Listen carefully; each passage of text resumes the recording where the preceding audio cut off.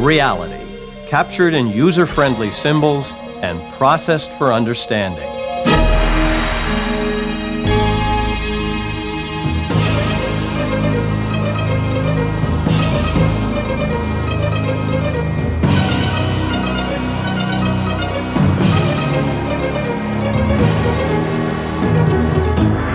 The Idea Channel.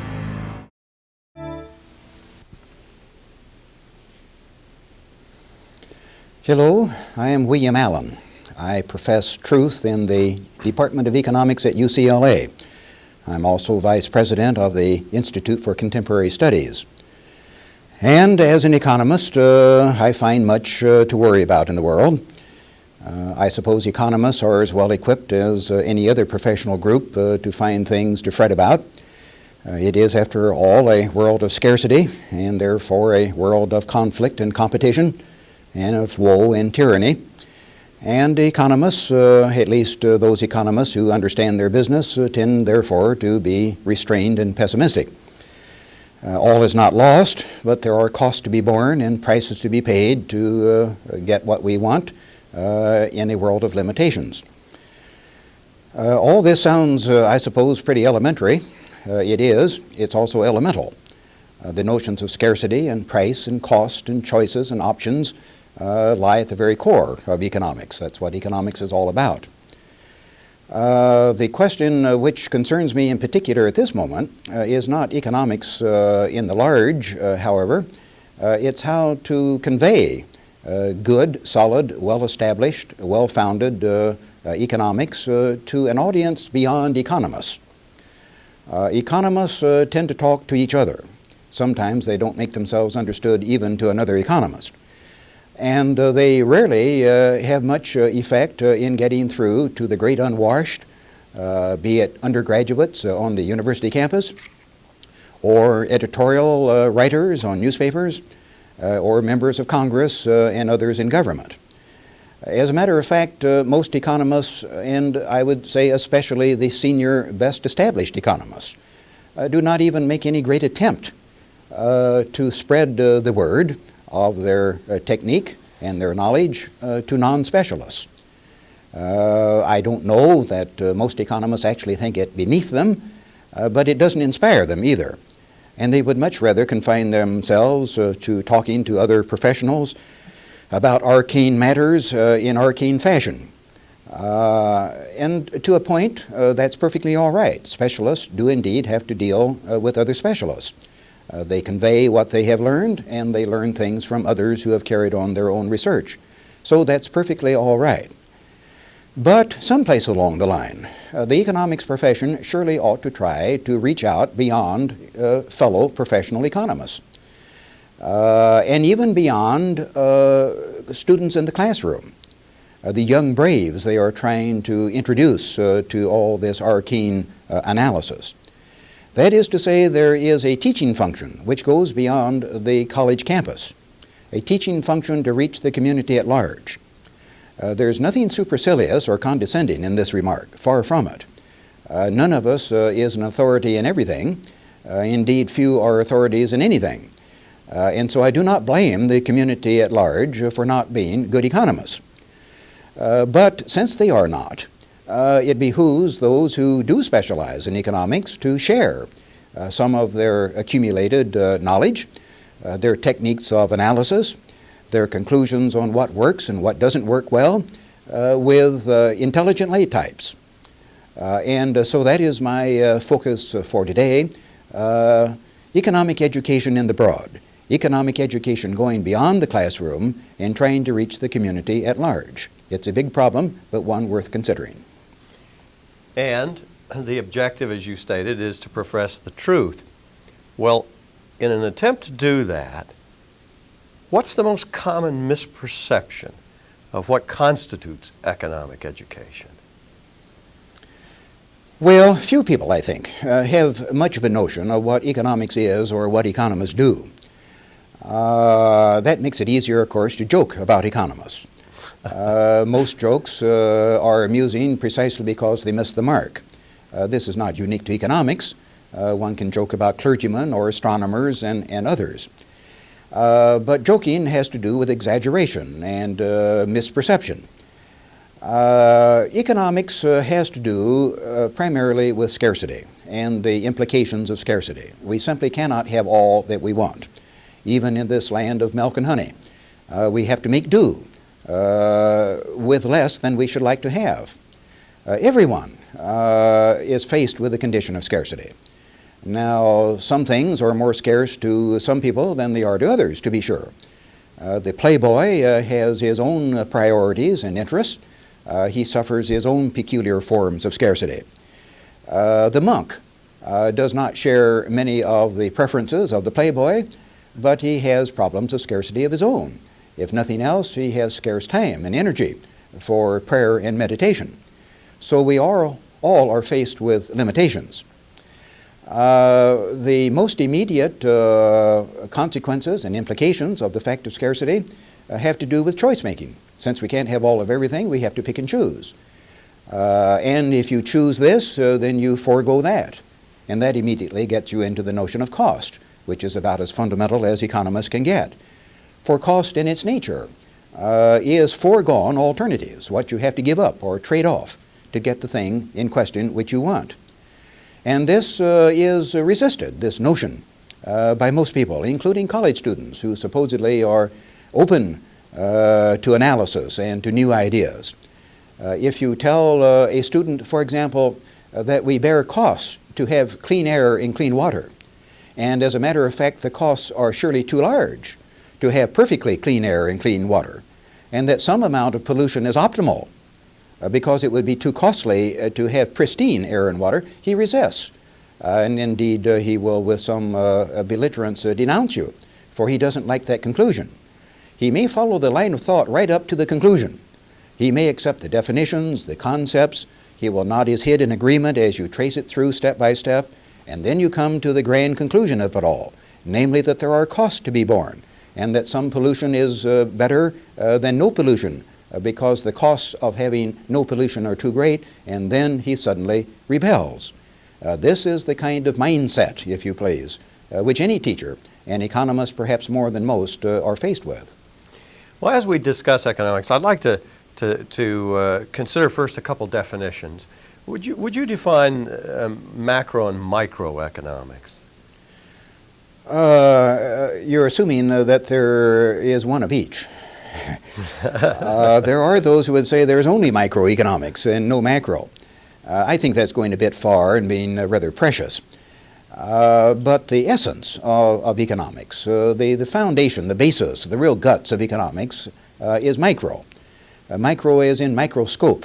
That is, you're looking at the small elements and the individual actors in the scene. You're talking about the particular consumer, the individual household, the business firm.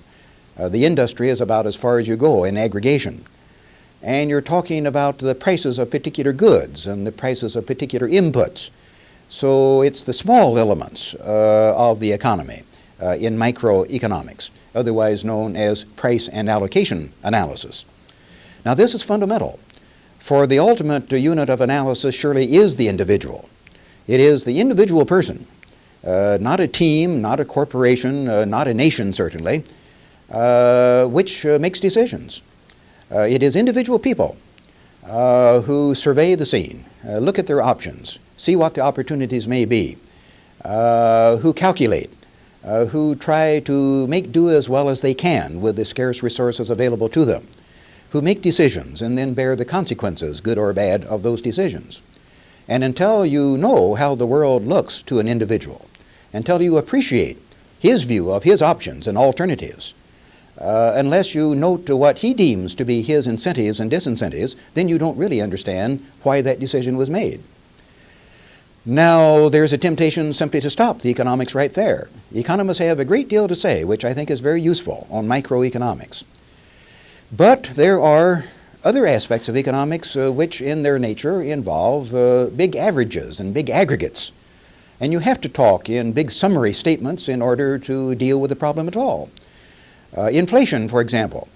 You talk about the price level or the price index. Well, the price index, of course, is made up of all these hundreds and thousands of individual prices. But you can't pause at every inch along the way and talk about 10,000 prices, so you talk about an average price or a price index and what makes it move up or down. And this gets you into such things as monetary policy.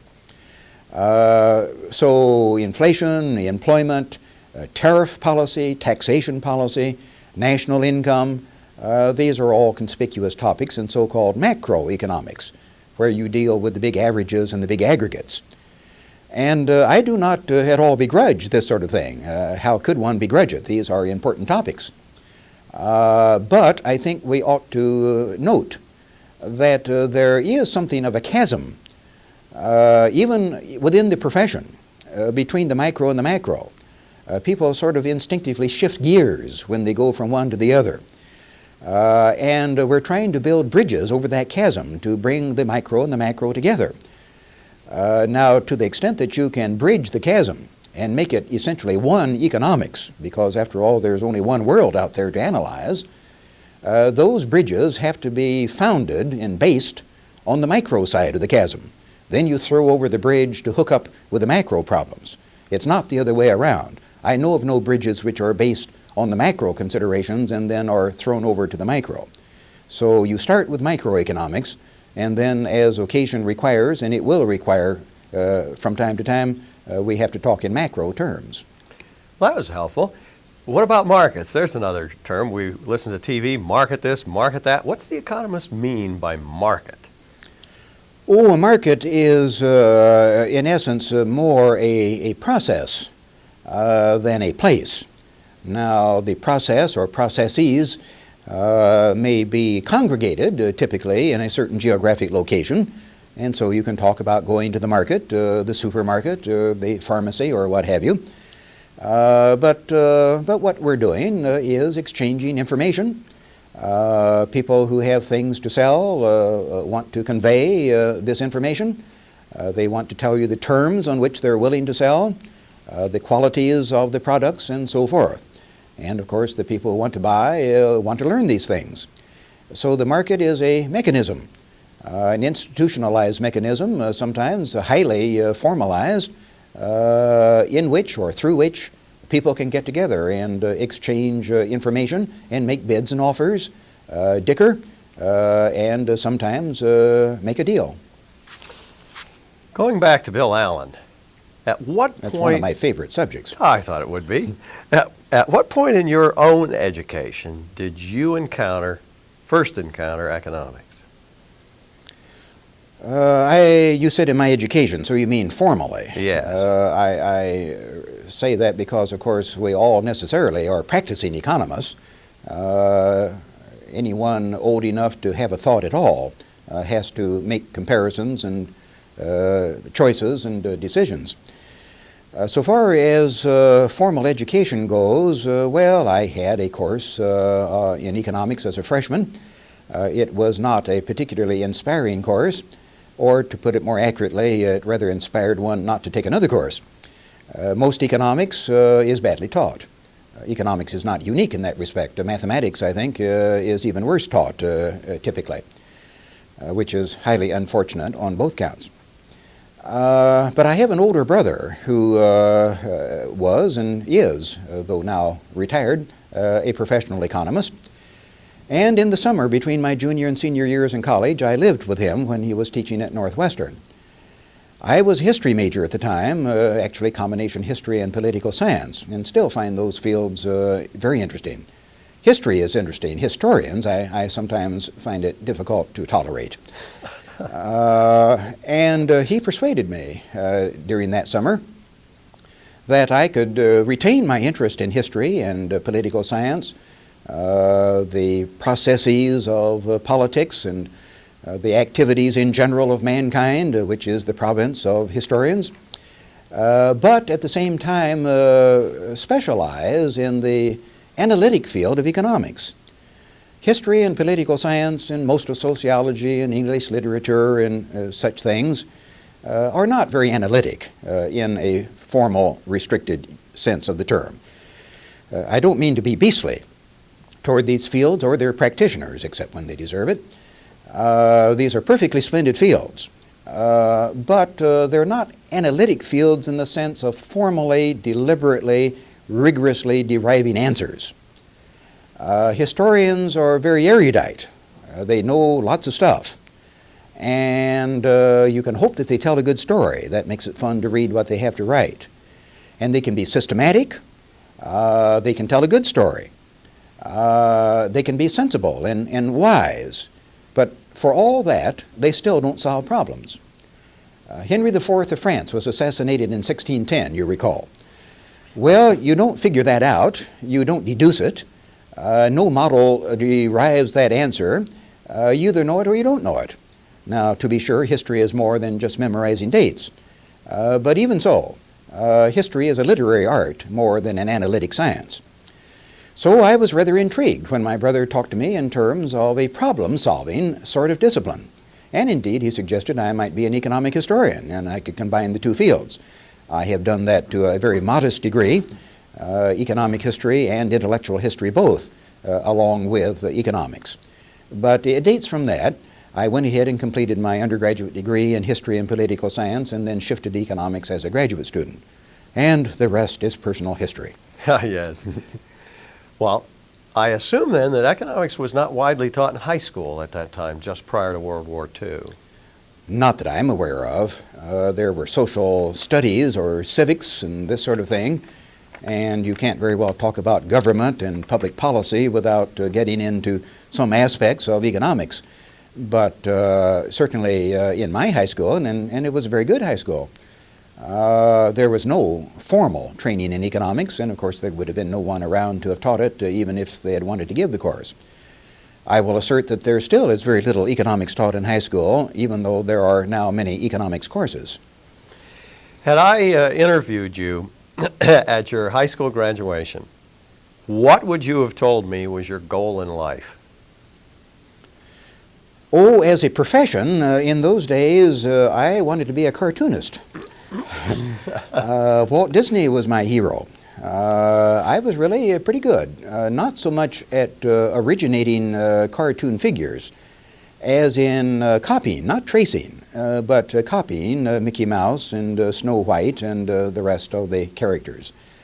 I still occasionally do a bit of doodling. I think maybe that's why I liked geometry a good deal, something which is visual. I was better in geometry than in algebra. I like deduction, and I also like to see something decently substantial, something I can manipulate. Equations have kind of an ethereal, esoteric quality about them. But in those days, yes, it was heavily cartooning, though I was in the process of giving that away as a childlike interest. Mm-hmm.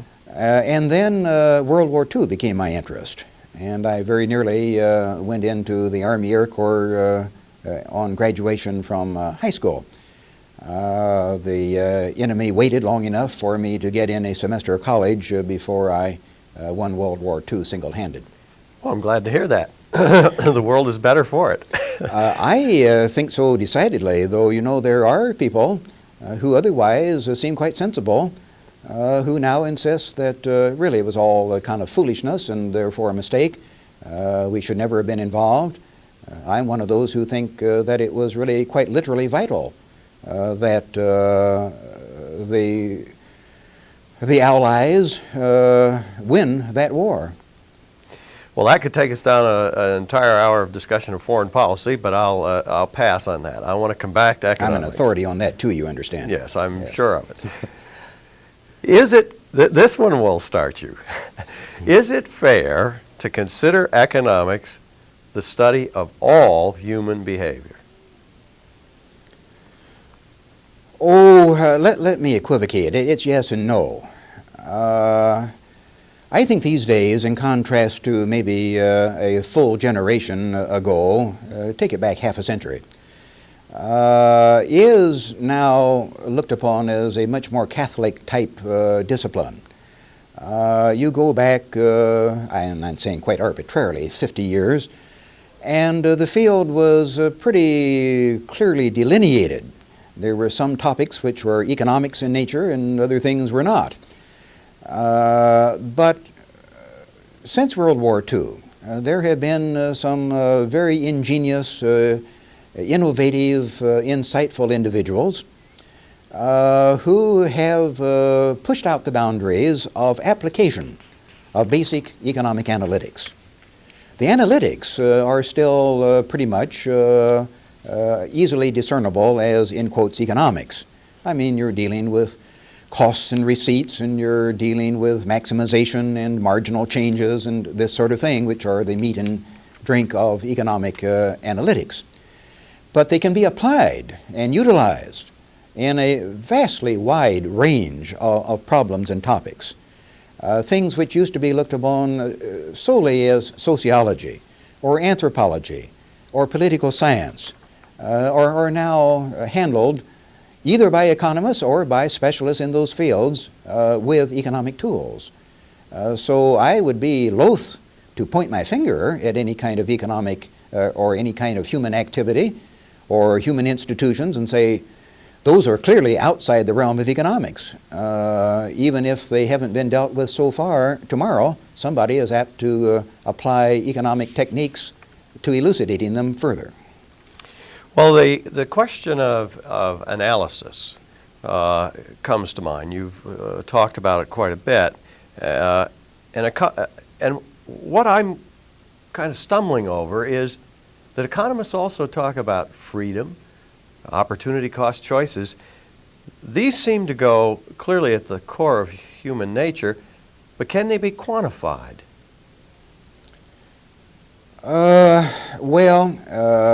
There are young geniuses running around the economics profession these days who seem to have very little interest in anything which cannot be measured to the fourth decimal place, in anything which cannot be computerized. This is highly unfortunate. Not everything worth considering in this vale of tears is subject to that kind of technique. Let us utilize the computerizing and the econometrics and what have you so far as they are useful. But there are additional things to take into account. And certainly when you get into the realm of what is freedom, what constitutes a good society, and so forth, then obviously we are dealing with things which on the one hand are momentous and basic and elemental, but on the other hand are hardly subject to a rigorous mathematical demonstration. I suggest that most economists who share more or less my perspective and predilections, which is to say the good economists in the profession, the respectable ones, do have a great interest in human freedom, in liberty. Indeed, a few moments ago, I in essence alluded to that. I said that the individual is the ultimate unit of analysis, for he is the one who does the observing and the consideration and the decision making and bears the consequences and so forth. And I think most reputable economists are much inclined, highly inclined, to say that that society is best which, in quotation marks, maximizes the range of options, which gives fullest scope to individual investigation and consideration and choice. Certainly that is my own view, and I consider it a red flag, red used advisedly, I guess, when people start talking to me about trying to roll up their sleeves and make over America, which was a New Deal expression, or who want to use the police power of the state to make decisions for us dull-witted sorts who don't really understand what is best for us, and who want to keep us from doing things which we really do want to do, but they insist that if we were as wise and knowledgeable as they, and as humane and sensitive as they, we wouldn't really want to do it at all. And I suggest that there's nothing magical about joining government. One does not acquire instant wisdom and erudition and humaneness the moment he enters the confines of Washington, D.C. This is not a plea for anarchy. I am not an anarchist. Neither was Adam Smith. You can't very well have an economy based on private rights to use of property without having government. For it is government, the community working through government, which specifies what those rights are, which lays down the ground rules as to what I can do with what assets and what I cannot do with those assets. It is institutions of the community, which I will call government, which adjudicate disputes and enforce those rules. So I am no anarchist, but I want a severely constrained government. And whenever the issue is in doubt, some particular proposal of government activity comes along, if there's any doubt, then my presumption is that it's a bad proposal to increase the discretionary powers of government. Well, as an economist working with the theoretical tools you have, it seems to me my observation is that you can develop rules that seem to lead to a maximization of personal choice, personal freedom. But how do you deal with the question of whether people prefer freedom?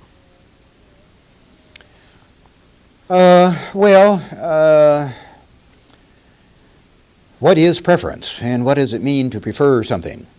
Now, if I'm not careful, I'm going to start sounding like one of the Big Brother types who says that I am sufficiently wise and sophisticated that I know better than you what you ought to want.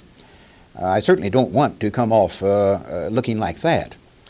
But I am suggesting first that people pretty obviously do like to choose. In any case, they are in a world where choices have to be made. Even people who, by material standards, are poor have choices to make. And indeed, the poorer you are, the shrewder you'd better be in making those choices. You don't have resources to waste in a frivolous fashion. So people necessarily are choice makers, even under a dictatorship. But what is the range of the choice, and what is the nature of the choices, and under what circumstances do you make those choices? Here communities differ greatly. We all are faced with scarcity. We all therefore are faced with conflict and competition and costs in choice making.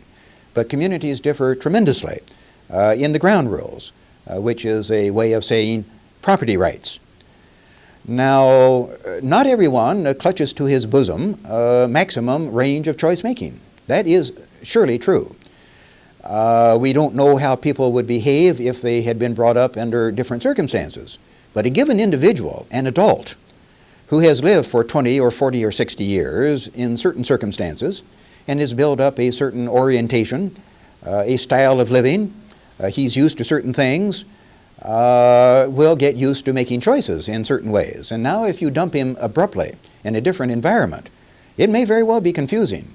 We have lots of anecdotal evidence on this. Immigrants coming into this country are overwhelmed by the choices. There was a person I have read about who with great difficulty got out of Russia and moved to this country. He was overjoyed. The land of freedom, everybody can do what he wants, and of course the streets are paved with gold. All his problems were over. And he discovered that, well, there still were a few problems left. There were still decisions to be made. There were still costs to be borne. And rather than saying, well, it isn't heaven, presumably, but still it's a happy situation and I have more range for freedom than I had before, he took the view, according to the newspaper account, that, well, there were too many choices. It was confusing. He wasn't used to being that responsible. And he was afraid, as his wife said, that he would make a fool of himself by the bad choices. And so there ought to be more government regulation. Well, I look upon this as a form of brainwashing. I have no reason to suppose that the genes and hormones of people who have been brought up in Russia are essentially different from ours. If they had been brought up in the land of the free, they would have gotten used to freedom. But to be exposed to freedom abruptly can indeed create problems.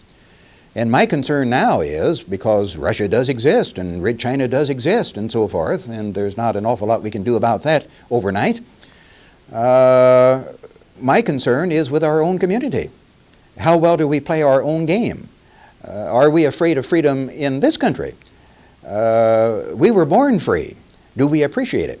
Do we understand the prerequisites of freedom? Do we understand the processes of freedom?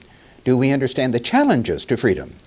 Do we understand that when we vote for people because they promise us comparable worth legislation or minimum wage laws or rent controls, that we are in fact cutting our throat of freedom and efficiency? The two go hand in hand.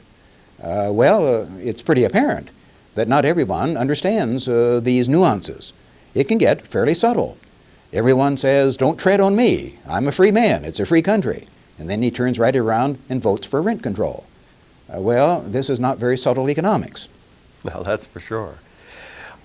Making distinctions. I'd like to touch on one more and then come back to the question of general question of economic education.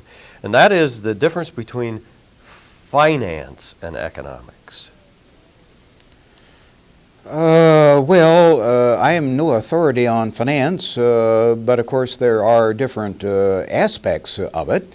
I did, in fact, earn my daily bread very largely over one era by specializing in international finance.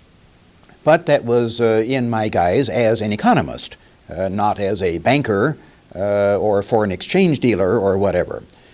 Finance is one of these institutional considerations which are vitally important, of course.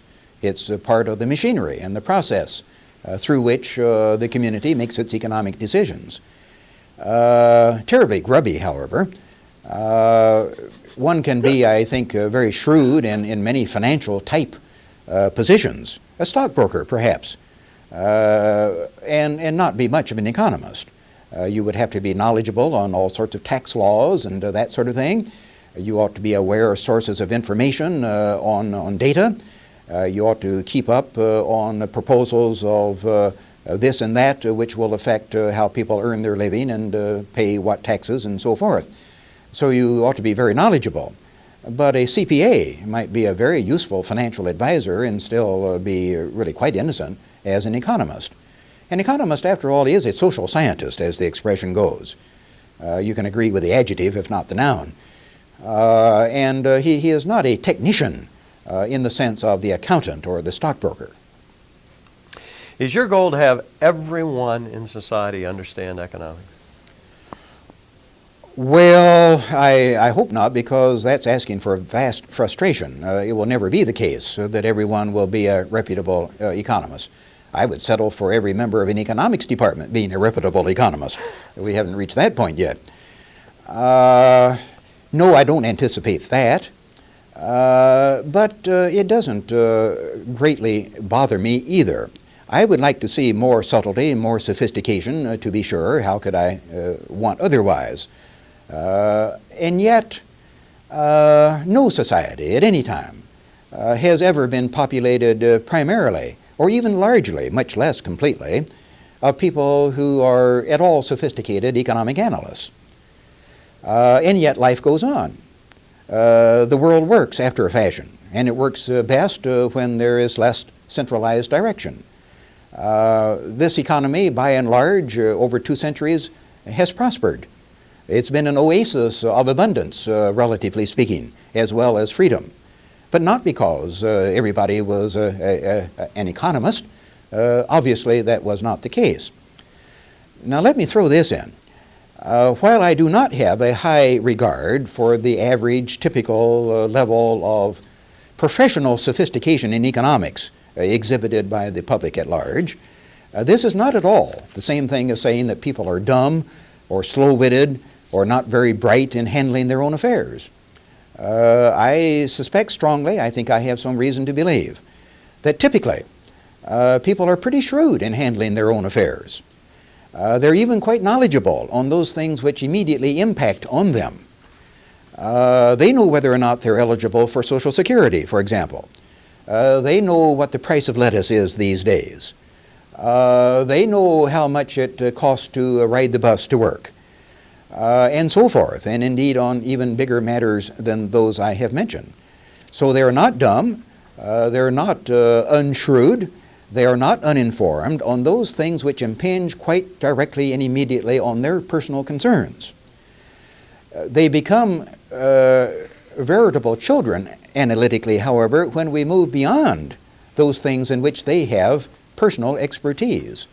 And one is not born with knowledge of monetary analysis or price theory or what have you.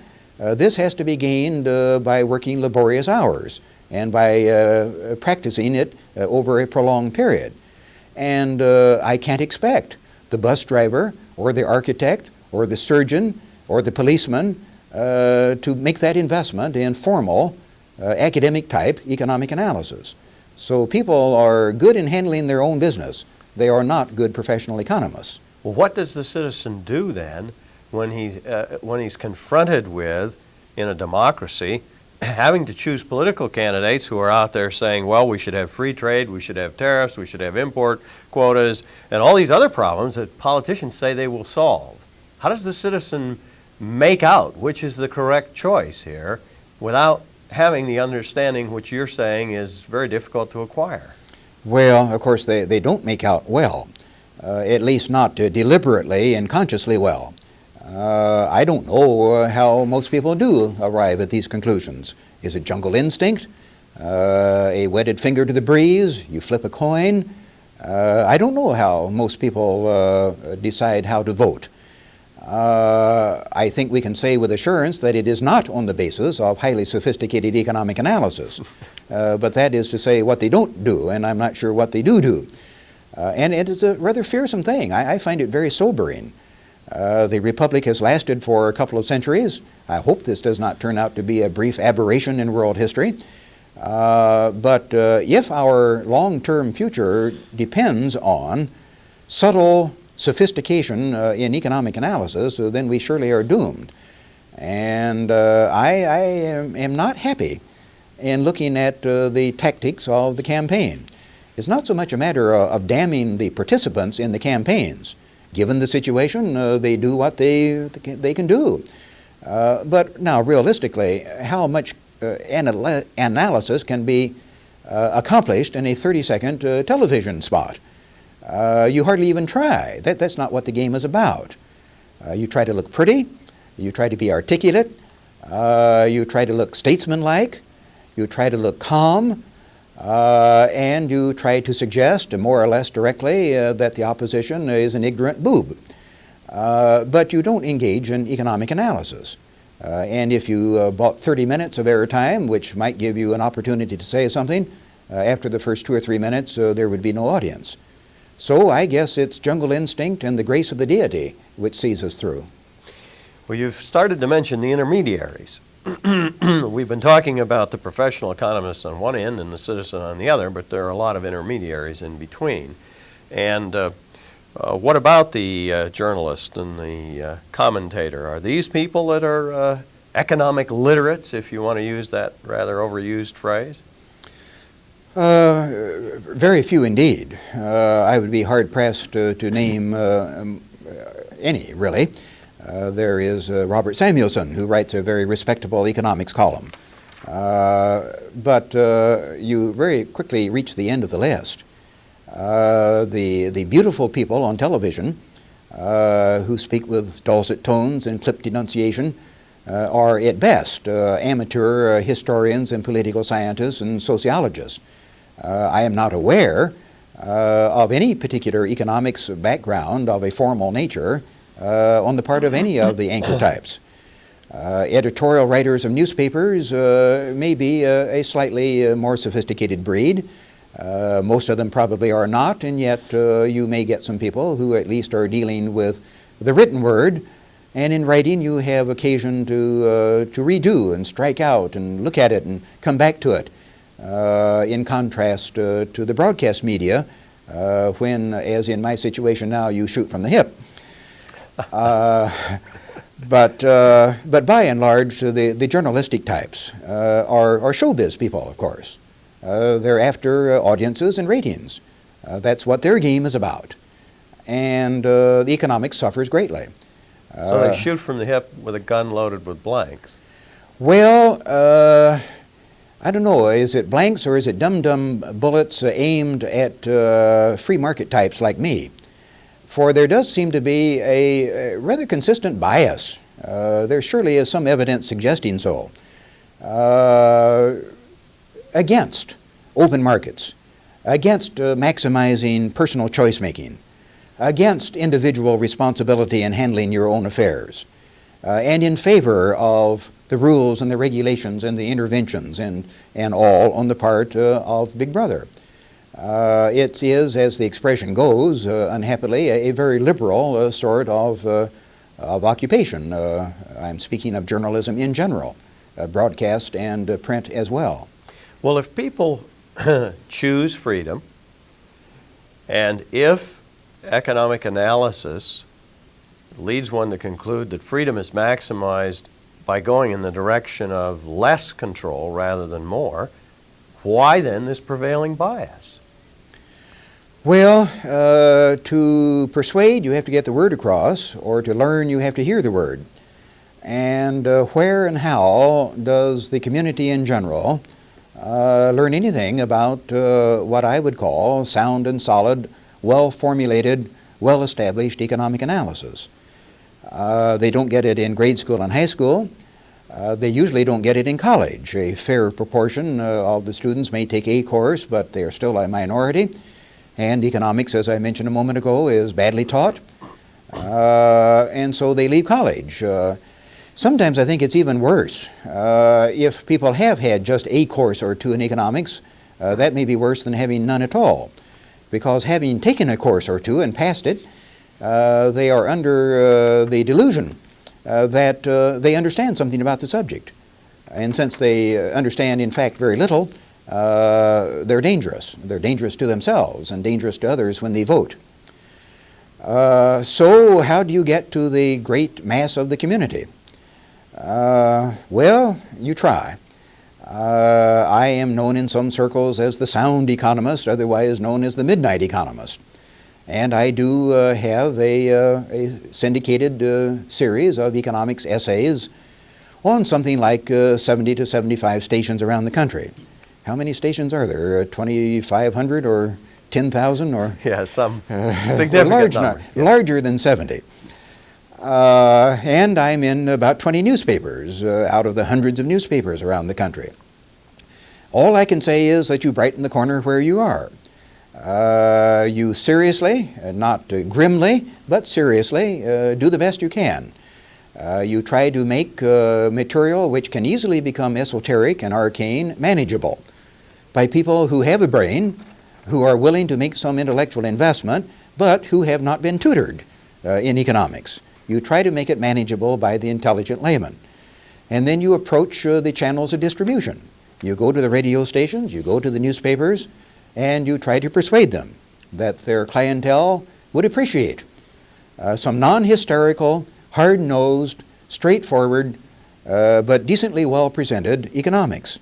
Goodness knows they are not getting it by and large in the editorials. They're not getting it from the syndicated columnists, with very few exceptions. So how about adding the Midnight Economist to your stable? And a few have, as I've indicated. Most have not. You've expressed great concern about this growth of government many times in your comments. Its increased interference with individual choices. Could you give us an example of economic analysis that supports that concern? A good example that would convince us that. Well, how about the minimum wage? This is a topic which has been hot for some while, and we haven't seen the last of it, goodness knows. Who could be against the minimum wage? Only Scrooge. Everybody can see. You're born with the knowledge. It's inbred jungle instinct that it is nice to have a floor under wages. That in this land of milk and honey, relatively speaking, certainly $4.50 or whatever, $4.25, is little enough. That barely brings you over the officially stipulated poverty level. So as an anti-poverty program, as an aid to poor people, we will pass a minimum wage law. And fat daddy Warbucks simply has to pay it. That's right and proper. And everybody applauds like mad, and you get elected to Congress that way. may even get elected to the presidency that way. Well, this is a classic illustration, in fact, of unforeseen consequences. At least I kind of like to hope it's unforeseen. I sometimes wonder if the people who advocate minimum wage legislation really do believe what they say. Can they be so innocent? But whether they are innocent and don't know any better, or whether they are devious and do know better, this is what they advocate, and they advocate it in the name of the poor and the downtrodden. That isn't the way it works. Many a noble-sounding objective, in fact, when pursued, does more harm than good. What you are doing with the minimum wage is taking options away from people who already are in trouble. A poor person is already having difficulty in competing in the labor market. He wouldn't be poor otherwise. Why is he having trouble competing? Well, in one way or another, or some combination, he's not very attractive. He just isn't valued very highly. It may be he has the wrong color of skin. He may have the wrong nationality, the wrong religion. He may talk funny. He doesn't have a lot of formal education. His very name sounds peculiar. Maybe he's from the wrong part of the country. There's something wrong with him. He may be very bright. He may be very pure in heart. But he just isn't very attractive. And then you add to that lack of education, perhaps lack of age and experience, and you have a package here which isn't worth very much in the labor market. No one is going to pay very much for it. Now you come to this person and you say to him, look, you've been working for 2 hours for $2 an hour. That isn't very much. That's pitiful. I'm going to see to it that you're paid more than that. I'm going to make it illegal for you to do what you have been doing. What you have been doing is entering into an agreement with an employer to work for $2 an hour. I'm now going to make it illegal for you and the employer to get together and strike that bargain. And I'll lean on both of you if I catch you doing that. Well, so now what's supposed to happen? Well, what's supposed to happen, of course, is the employer will say, well, if I can't get him for $2, I'll pay him $4.25. And life goes on, except that the worker now has double the income he had before. What is actually going to happen in many instances is the employer is going to say, look, this individual was worth, but barely worth, $2 an hour. It would make no sense for me whatsoever to double his pay. And indeed, if I start paying more for inputs than they are worth, I no longer will be an employer. I'll be out of business. And there go the jobs which now I am supplying. So what you're doing is cutting down on the options of people. You are diminishing their capacity to compete. And this is vital. For if you are under any kind of handicap, and we all have handicaps of one sort or another, the way to compete is to say, look, I will sell my services on more attractive terms than the next guy. I will offset or counterbalance my inadequacies and my unattractiveness by taking a lower price. But now, if you come along and make it illegal for me to do that, you've run me out of the game. You've priced me out of the market. And that is surely what is going to happen. What in fact has happened. It is simply factually incorrect to say, as some economists, so-called, have said, that there is no evidence that raising the minimum wage in the past has had dire consequences. They certainly have had dire consequences, these increases in the minimum wage. All you can say is that when you talk about the national averages of employment and inflation and so forth, it doesn't show up very conspicuously. But that's simply because the people affected are swamped by the rest of the economy. Go to the people who are immediately directly affected, the people who now don't have a job because they can't compete because of the Minimum Wage Act. And tell those people there are no dire consequences. I think it's outrageous when purported economists simply garble and indeed falsify the analysis and the record. Would it be your minimum goal in an economics class or in talking to citizens to get them to look beyond appearances at actual results? Well, that's very much what the game is about. It is not the whole game, of course. You start with a core of analytics and you quite explicitly trace through. But when you get into anything like a subtle elaboration, when it gets beyond just the most kindergarten of analysis, then you have to take into account the long term as well as the short, and the indirect effects as well as the direct. And this is pretty much what separates the big boys from the small, and the good economists from the less good economists. Do you have the imagination, the insight, the innovative powers to distinguish the long-term as well as the short-term consequences, and the indirect as well as the direct? Should every college student be required to take economics? Would that help the... Well, I would be reluctant to make that requirement for college students or high school students either, for it depends on the product they're given. Now, if you require everyone at UCLA to take my Principles of Economics course, that might make the world a better place. And indeed, a fair proportion of the population does, but it's a good deal less than 100%. No, economics is badly taught. It's badly taught both in the sense of just classroom mechanics. Some people don't explain things well. They're not very patient. They don't have a gift for illustration and this sort of thing. It's badly taught also because there are people running around with PhDs in economics, and indeed who have risen to very considerable professional eminence because they have published much, who never have really quite caught the tune of what it's all about. Mark Twain once said that his wife had learned all the swear words, but she'd never learned how to carry the tune. Well, this again separates the good economists from the bad. Anybody with a PhD in economics knows an awful lot of formal technical words. They can bend the curves and solve the equations and throw the terminology around and do the mechanics. But how do you use it to elucidate the nature of the world, to explicate these things of some subtlety? How do you determine the applications of the basic analytics to explain things which are not just perfectly obvious and which jungle instinct alone will not tell you? This gift, and it's, I think, largely a God-given gift. It can be developed and refined, but there has to be something there to develop in the first place, is possessed by not many. This is not intended as a personal boast. I think I have more of a feel for economics than a good many people in the fraternity.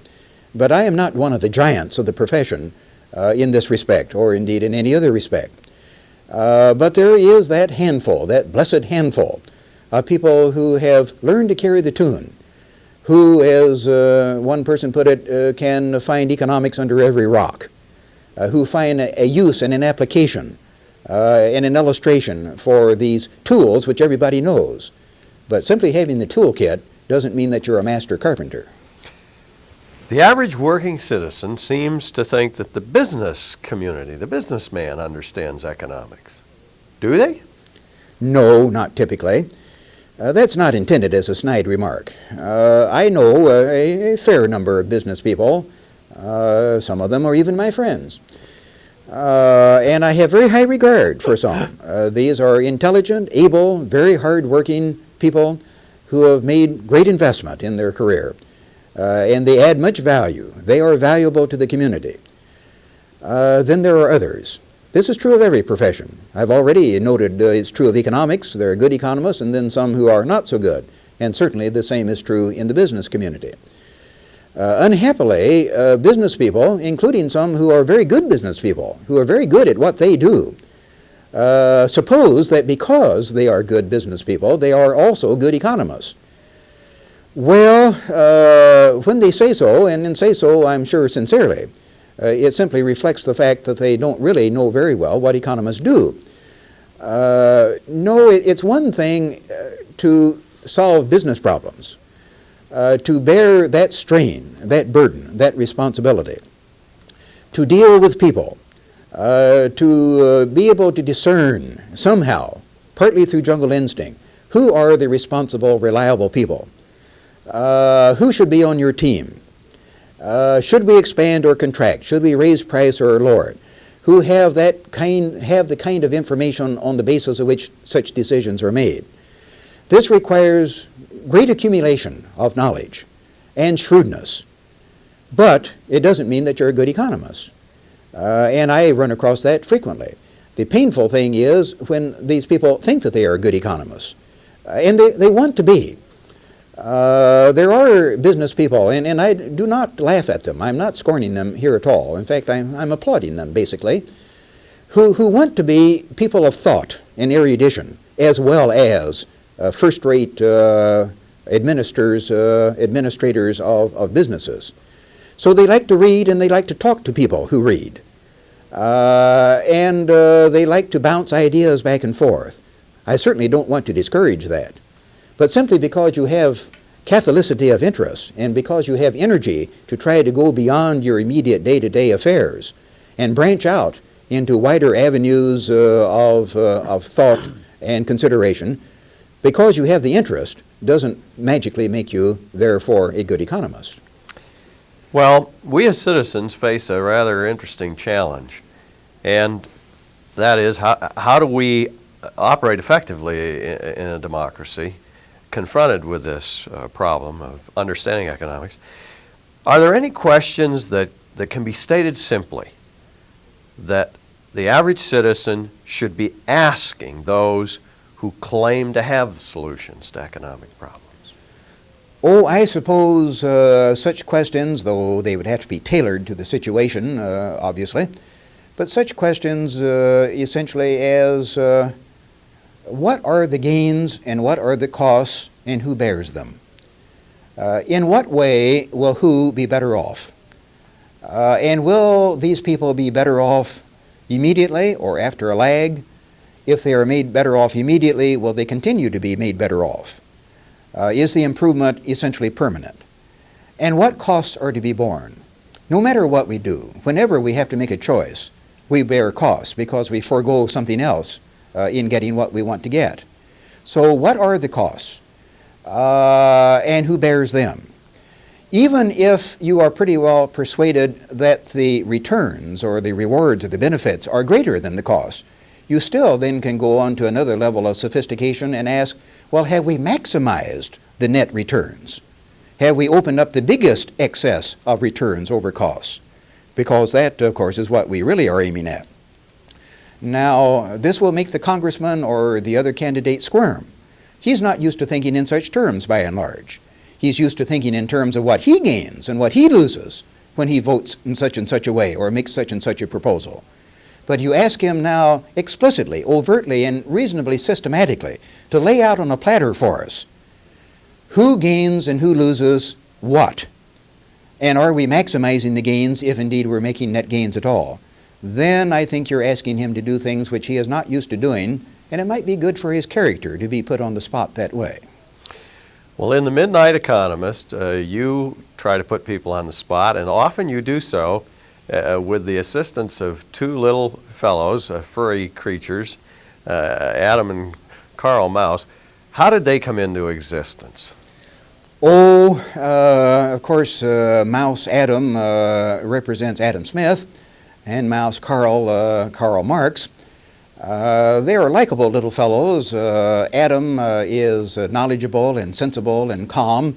Carl tends to be a bit hysterical and is always getting off on the wrong paw. But by the end of the 2-minute and 40-second commentary, Adam invariably has shown Carl the error of his ways, in the process using good, solid economics. The next broadcast, of course, he has to do it all over again. Carl learns rapidly but doesn't remember very long.